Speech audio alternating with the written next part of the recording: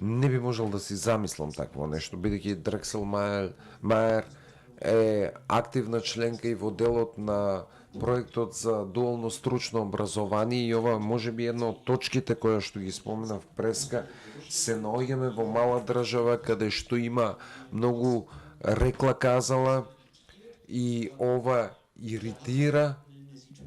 Имаме ситуација каде што нешто кое ќе се каже и слично се распространува, ама не знам за такво нешто. Од наша страна ова за нас не е познато, а не можам ни да се замислам дека ќе дојде до такво нешто.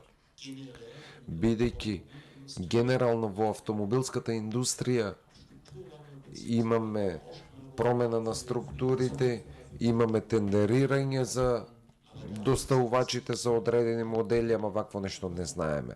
Значи, имаме случаи на потенцијални компании кои не дојдоа затоа што имаат проблеми со реструктурирањето во рамки на самата фирма, ама со оваа компанија не.